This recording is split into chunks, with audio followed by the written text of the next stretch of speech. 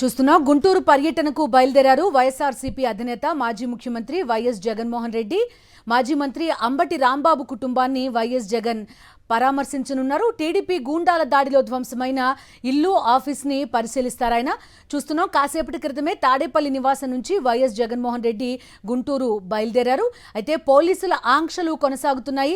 పెద్ద ఎత్తున police vehicles అన్ని కూడా ఆయనకి ఎస్కార్ట్గా రాగా ప్రస్తుతం వైఎస్ జగన్మోహన్ రెడ్డి కాన్వాయ్ ముందుకు కదలడం మనం ఇప్పటి వరకు చూసాం. అయితే ఎక్కడికక్కడ కాన్వాయ్ని ఆపుతున్నారు.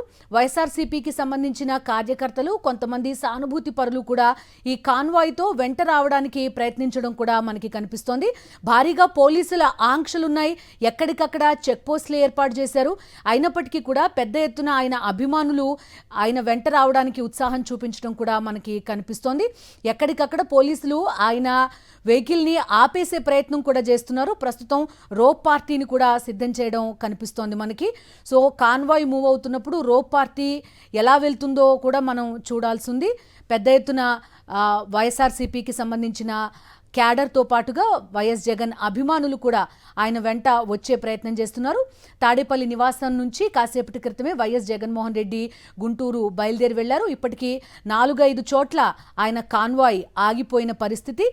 ఆయన అభిమానులు చూస్తున్న ఒక ఫ్లైఓవర్ ప్రాంతంలో బైపాస్, తాడేపల్లి బైపాస్ నుంచి విజువల్ కూడా చూస్తున్నా. ఆ బైపాస్ మొత్తం కూడా పూర్తిగా నిండిపోయిన పరిస్థితి మనకు కనిపిస్తోంది.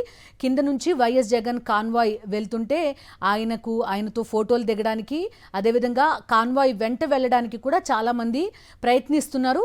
ఆ విజువల్స్ కూడా మనం చూస్తున్నాం. వైఎస్ జగన్ కాన్వాయ్ వెంట ఏకంగా 7-8 పోలీస్ వెహికల్స్ కూడా కాన్వాయ్ వెంట రావడం కూడా మనకి కనిపిస్తోంది.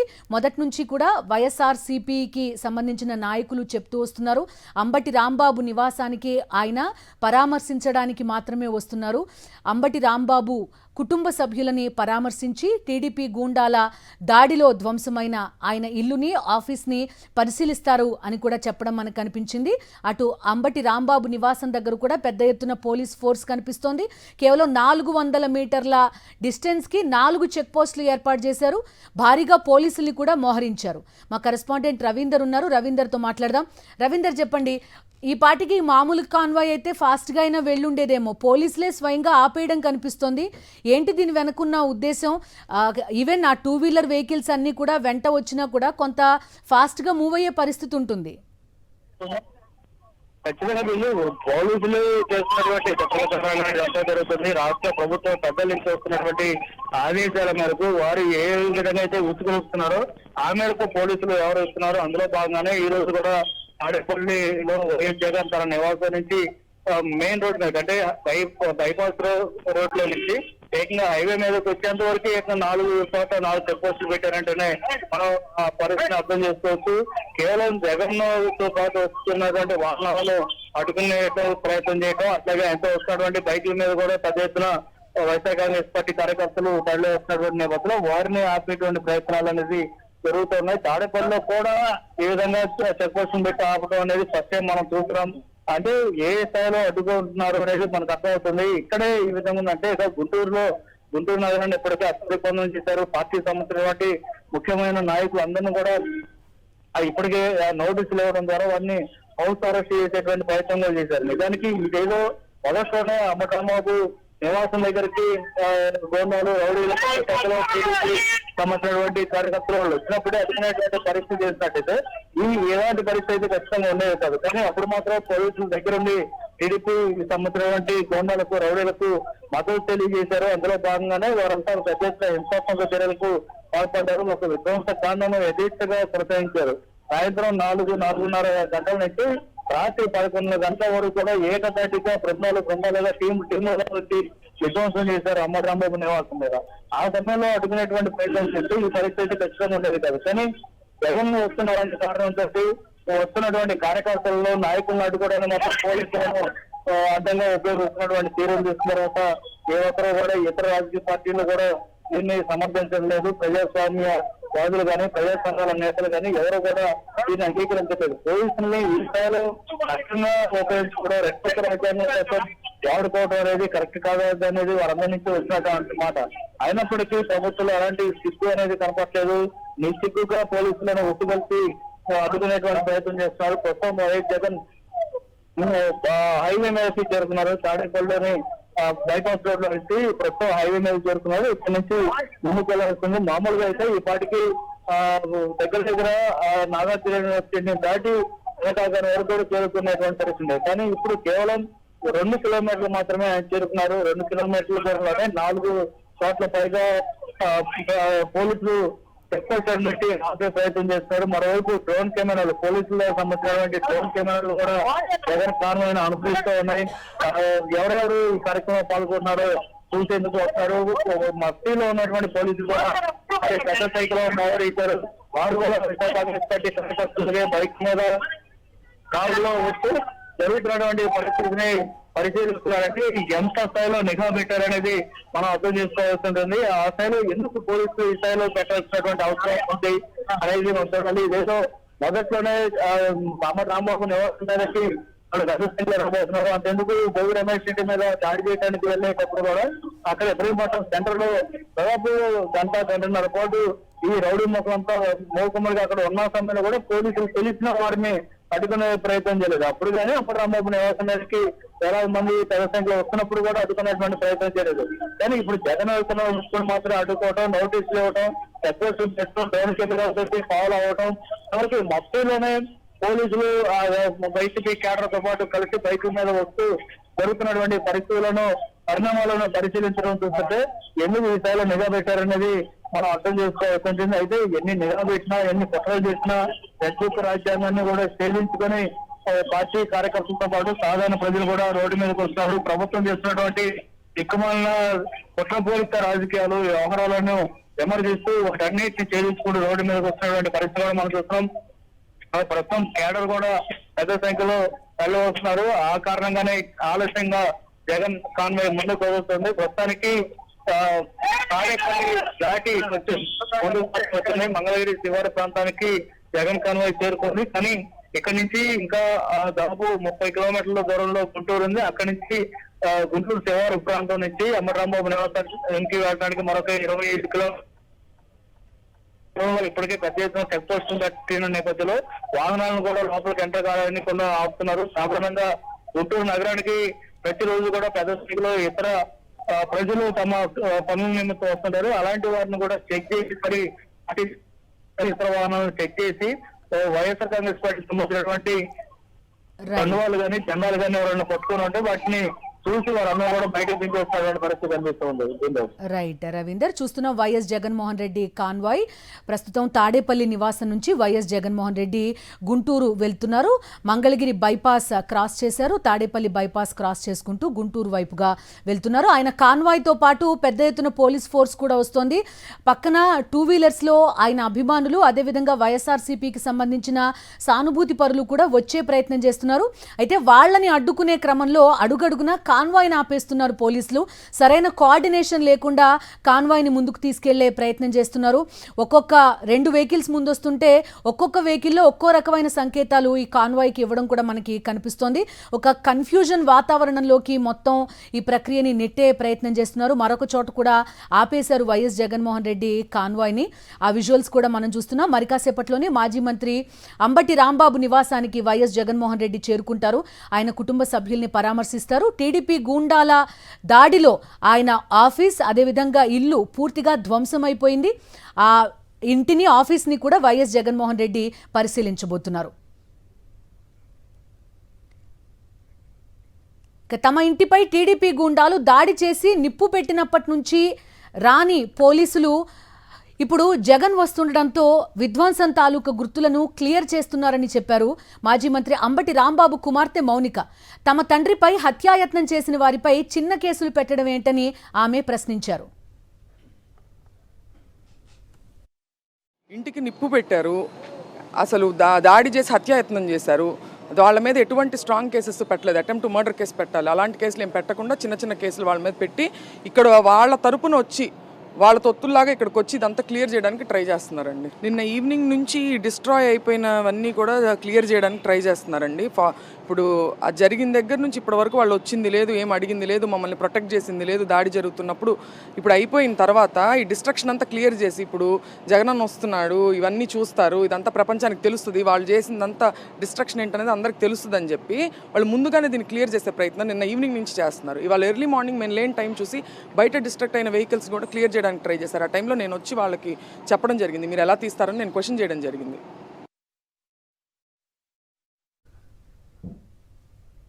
మాజీ మంత్రి అంబటి రాంబాబుపై ఆయన ఇంటిపై దాడి హేయమైన చర్య అన్నారు మాజీ ఎంపీ మోదుగుల వేణుగోపాల్ రెడ్డి. దాడులతో తీవ్ర భయభ్రాంతులకు గురైన అంబటి కుటుంబ సభ్యులను వైఎస్ జగన్మోహన్ రెడ్డి పరామర్శించడానికి వస్తుంటే పోలీసుల అనుమతి లేదంటూ నోటీసులు ఇవ్వడాన్ని మోదుగుల వేణుగోపాల్ రెడ్డి తీవ్రంగా ఖండించారు. రాష్ట్రంలో ప్రజాస్వామ్యం ఉందా అనిపిస్తోందన్నారు. రాష్ట్రంలో పోలీస్ వ్యవస్థ నిర్వీర్యమైందన్నారు. రాష్ట్రంలో అంబేద్కర్ రచించిన రాజ్యాంగం అమలు కావడం లేదని, నారా లోకేష్ రెడ్ బుక్ రాజ్యాంగం అమలవుతోందని మోదుగుల వేణుగోపాల్ రెడ్డి మండిపడ్డారు. అంబటి రాంబాబు గారి మీద భౌతికంగా దాడి, ఇంటి మీద దాడి, ఆఫీస్ మీద దాడి, కుటుంబ సభ్యుల మీద దాడి, అంబటి కుటుంబ సభ్యులను పరామర్శించడానికి ఈరోజు జగన్మోహన్ రెడ్డి గారు గుంటూరు పర్యటన చేస్తున్నారు. రాబోయే రోజుల్లో ఎటువంటి సమస్యలైనా కూడా గవర్నమెంట్ పెట్టేటువంటి సమస్యల్ని ఎదుర్కొంటా ఉన్నటువంటి సంఘీభావం తెలియజేయడానికి ఈ రోజున ప్రజలు వస్తున్నారని తెలిసి ఈరోజు ఆంధ్రప్రదేశ్ పోలీస్ యాక్ట్ 1861 సెక్షన్ 30 కింద మా అందరూ నోటీస్ ఇచ్చారు. అంటే మీరు పాల్గొకూడదు, మీరు పాల్గొంటే మేము వేరే కేసులు పెడతాం అనే ఒక భయం కలిగేయడానికి పెట్టారు. జగన్మోహన్ రెడ్డి గారి పార్టీకి ప్రజలంతా అండగా ఉండాల్సినటువంటి డ్యూటీ మాదనేటువంటి భావంతో ముందుకెళ్తున్నాం. ఈ నోటీస్ ఎట్టి పరిస్థితులు మమ్మల్ని ఆపలేదు. రెండోది, ముఖ్యంగా పల్నాడు జిల్లా నుంచి వస్తుండే అనేక చోట్ల బారికేడ్లు పెట్టడం, స్వచ్ఛంగా నుంచి కార్యకర్తలను ఆపడం అనేటువంటి చాలా బాధాకరమైన సంఘటన. అంటే మీకు నచ్చకపోతే ప్రభుత్వంలో ఉన్నటువంటి వాళ్ళు రూల్స్ ప్రకారం పోవాలి, అంతేగాని కార్యకర్తలు తీసుకోవడం ఏంటి చేతుల్లోకి. జగన్మోహన్ రెడ్డి గారి పర్యటన ఏ పర్యటనకు సంబంధించి అయినా కూడా ఆయన బయలుదేరారంటే వైఎస్ఆర్ కాంగ్రెస్ పార్టీకి సంబంధించినటువంటి నాయకులందరికీ కూడా నోటీసులు ఇవ్వటం, హౌస్ అరెస్టులు చేయటం అనేది పరిపాటిగా మారినటువంటి పరిస్థితులు ఈ రాష్ట్రంలో చూస్తూ ఉన్నాం. అసలు ఏంటి దౌర్భాగ్యం అని అడుగుతా ఉన్నా. దాడికి గురైనటువంటి అంబటి రాంబాబు గారి కుటుంబాన్ని పరామర్శించాలనే ఆలోచనతో ఆయన ఇవాళ గుంటూరుకు వస్తూ ఉంటే నోటీసులు ఇస్తారా? మరోపక్క రోడ్లపైన బయట ప్రాంతాల నుంచి వస్తున్నారని ఉద్దేశంతో బయట రోడ్ల మీద బారికేట్లు పెట్టి ఇప్పటికే ఉదయం నుంచి వెహికల్స్ అన్నీ కూడా చెక్ చేయటం, ఎవరైనా అంబటి రాంబాబు గారి ఇంటికి గుంటూరు వెళ్తున్నామంటే అక్కడ ఆపేసి వాళ్ళని పక్కన పెట్టి వెనక్కి పంపించే కార్యక్రమంలో ఇవాళ పోలీసు యంత్రాంగం అంతా కూడా నిమగ్నమై ఉన్నటువంటి పరిస్థితులు ఉన్నాయి. బహుశా ప్రజాస్వామ్య వ్యవస్థలో ఇటువంటి పరిస్థితులు ఉండటమనేది చాలా దురదృష్టకరమైనటువంటి పరిణామంగా ప్రజాస్వామ్యవాదులు అందరూ కూడా మాట్లాడుతున్నటువంటి పరిస్థితులు కూడా ఇవాళ రాష్ట్రంలో కనిపిస్తూ ఉన్నాయి. ఇప్పటికే చంద్రబాబు నాయుడు కానివ్వండి, పవన్ కళ్యాణ్ కానివ్వండి, దొంగల్లాగా దొరికిపోయిన తర్వాత ఒక డైవర్షన్ పాలిటిక్స్ కోసం అంబటి రాంబాబు గారి ఇంటి మీద ధ్వంసం, కనీసం మహిళలని గారు చూడకుండా పాప ఆయన సతీమణి గారి పైన, వాళ్ళ కూతురుల పైన, వాళ్ళ పిల్లల పైన తెలుగుదేశం పార్టీ గోండాలు, రౌడీలు, అక్కడ సంబంధించిన రౌడీ షీటర్లు కానివ్వండి, బ్లేడ్ బ్యాచ్ కానివ్వండి, వాళ్ళందరూ గారు వాళ్ళ మీద దాడి చేస్తే పోలీసులు వాళ్ళందరూ గారు పట్టించుకోకుండా ఒక ప్రేక్షక పాత్ర పోలీసులు వ్యవహరిస్తాం ఈరోజు ప్రపంచం అంతా గారు చూసింది. ఈరోజు జగన్మోహన్ రెడ్డి గారు ఏదైతే మా పార్టీకి సంబంధించిన ఒక కాపు సీనియర్ నాయకుడిగా మాజీ మంత్రిగా ఉన్న అంబటి రాంబాబు గారు వాళ్ళ ఇంటికి వెళ్తుంటే ఈరోజు పోలీసు వాళ్ళు ఎవరైతే వైఎస్ఆర్ కాంగ్రెస్ పార్టీ నాయకులు ఉన్నారో, కార్యకర్తలు ఉన్నారో, జగన్మోహన్ రెడ్డి గారితో కలిసికట్టుగా వెళ్ళి అంబటి రాంబాబు గారి కుటుంబాన్ని పరామర్శించాలని అనుకుంటున్నారో ఈరోజు వాళ్ళని అడ్డుకునే ప్రయత్నం చేస్తాను. ఆ రోజు తెలుగుదేశం పార్టీ గోండాలు మీరు ఎందుకు ఆపుకోలేకపోయారు? ఈరోజు ఎందుకంటే పరామర్శకు వెళ్తుంటే వైఎస్ఆర్ కాంగ్రెస్ పార్టీ నాయకుల్ని అడ్డగిస్తాం, హౌస్ అరెస్టులు చేస్తాం, రావద్దని చెప్పని బెదిరిస్తాం, కేసులు పెడతామని చెప్పని భయపెడతాం. ఈరోజు పోలీస్ వ్యవస్థ ఆంధ్రప్రదేశ్ రాష్ట్రంలో గతంలో ఎప్పుడో బీహార్లో వినేవాళ్ళం, కానీ ఆ జంగిల్ రాజ్ అనేది, రౌడీ రాజ్యం అనేది ఈరోజు ఆంధ్రప్రదేశ్ రాష్ట్రంలో చంద్రబాబు నాయకత్వంలో మరొకసారి ఎన్ని అడ్డంకులు వచ్చినా ఏదొచ్చినా జగన్మోహన్ రెడ్డి గారు ఒక నాయకత్వంలో వేలాది మంది కార్యకర్తలు అంబటి రాంబాబు గారి ఇంటికి వెళ్తారు. వాళ్ళ కుటుంబాన్ని, వాళ్ళ సతీమణి అందం గారు పరామర్శించి వాళ్ళ కుటుంబానికి జగన్మోహన్ రెడ్డి గారు ధైర్యం చెప్తారు. అంబటి రాంబాబు గారి ఇంటి మీద దాడి జరిగినప్పుడు పోలీసులు బాగా స్పందించారు. ఎందుకంటే వాళ్ళతోనే కదా పిక్ పాకెటర్స్ని తీసుకొచ్చింది, చైన్ స్నాచర్స్ని తీసుకొచ్చింది, రౌడీలని, గోండాలని వాళ్ళు తీసుకొచ్చి పెట్రోల్ బాంబులతో దాడి చేయించింది పోలీసులే కదా. చాలా బాగా స్పందించారు. అయితే ఈరోజు పరామర్శకు రావడానికి ఎక్కడికక్కడ ఆపేసేసి జగన్మోహన్ రెడ్డి గారిని రానికుండా చేసేసేసి నాయకుల్ని ఎక్కడికక్కడ హౌస్ అరెస్టులు చేయడానికి ప్రయత్నం చేసి, అంటే దుర్మార్గం చేయడానికి మాత్రం వాళ్ళు బాగా స్పందిస్తారు. ఇప్పుడు మాత్రం ఇక్కడికి వచ్చి పరామర్శించడానికి మాత్రం లేదు. ఎక్కడికక్కడ మొత్తాన్ని ఆపేసేసి దుర్మార్గంగా, దారుణంగా చేస్తున్నారు. పోలీసు వ్యవస్థ ఈ రాష్ట్రంలో, ఈ దేశంలో అత్యంతంగా దిగజారిపోయింది. ఎందుకంటే పోలీసులే దగ్గరుండి ఆంధ్రప్రదేశ్కి ఈ పిక్ పాకెటర్స్కి కానీ, దొంగలకు కానీ, దోపిడీదారులకు కానీ ఒక గ్రీన్ కార్పెట్ పరిచారు. ఎందుకంటే నిన్న వాళ్ళే తీసుకొచ్చి దాడులు చేశారు కాబట్టి రేపు రక్షించాల్సింది వాళ్ళే. మరి వాటాల్లో పంపకాల కోసం చేశారో లేకపోతే వాళ్ళ పోస్టింగుల కోసం చేశారో, పోలీసు వ్యవస్థ మాత్రం చాలా దారుణంగా ఉంది. రాజకీయ పార్టీలు, ప్రభుత్వాలు రకరకాలుగా ఉంటాయి. పోలీసు వ్యవస్థకి సిగ్గుండాలా, ఈరోజు పరిస్థితులకి సిగ్గుండాలా, సిగ్గుపడాలని చెప్పేసి చెప్తున్నా. కొంతమంది తప్పుడు పోలీసు వ్యవస్థలో పనిచేసేటువంటి తప్పుడు పోలీసులు పోలీసు వ్యవస్థని దిగజారుస్తున్నారు. డీజీపీ గారు మీరు చూసుకోండి ఎంత దిగజారిందో అని చెప్పేసి చెప్తున్నా. వెంకటేశ్వర స్వామిని చూస్తూ ఉన్నారు. హిందువుల మనోభావాలని దెబ్బతీయడానికి లోకేష్ బాబు గారు, పవన్ కళ్యాణ్ గారు, చంద్రబాబు నాయుడు గారు ఎంత కష్టపడుతున్నారో ఖచ్చితంగా వాళ్ళు అనుభవిస్తారని నేను చెప్పేసి చెప్తున్నా. మాజీ మంత్రివర్యులు అంబటి రాంబాబు గారు ఇంటి మీద దాడి జరిగింది, ఆయన మీద దాడి జరిగింది. దానికి వాళ్ళ కుటుంబానికి అండగా ఉండటానికి జగన్మోహన్ రెడ్డి గారు ఈరోజు వస్తుంటే అనేక ఆంక్షలను పెట్టి సెక్షన్ 30 అమల్లో ఉందని చెప్పి నోటీసులు ఇవ్వటం, నాకు కూడా నోటీస్ ఇవ్వడం జరిగింది. మరి అంబటి రాంబాబు గారు గుడికి వెళ్ళి వస్తుంటే అప్పుడు ఆంక్షలు లేవు. మరి వాళ్ళు కర్రలు పట్టుకొని పోలీసుల చేతిలో కర్రలు ఉండవు. తెలుగుదేశం పార్టీ నాయకులు, కార్యకర్తల దగ్గర కర్రలు ఉంటాయి. మరి ఇది కరెక్ట్ కాదు. మీకు ఒక రూలు, వైసీపీ ఒక రూల్లాగా పెట్టి మీరు ప్రభుత్వాన్ని నడిపిస్తూ ఉన్నారు. ఇది రాబోయే రోజుల్లో చాలా ఇబ్బందికరమైన పరిస్థితుల్లో ఏర్పడతాయి. ఇది ఆల్రెడీ సెంట్రల్ గవర్నమెంట్కి వెళ్ళింది. నిన్న పార్లమెంట్లో కూడా మా ఎంపీలు, రాజ్యసభ సభ్యులు కూడా దీన్ని తీసుకురావడం జరిగింది. నేషనల్ మీడియా వాళ్ళు కూడా దీన్ని చెప్పడం జరుగుతుంది. ఇలాంటి సిచ్యువేషన్లు ఆంధ్రప్రదేశ్లో ఇంతకుముందు ఎప్పుడూ లేవు. మరి ఇప్పుడు తీసుకురావటం కులాలకి, మతాలకి అంటించటం అనేది కరెక్ట్ కాదు.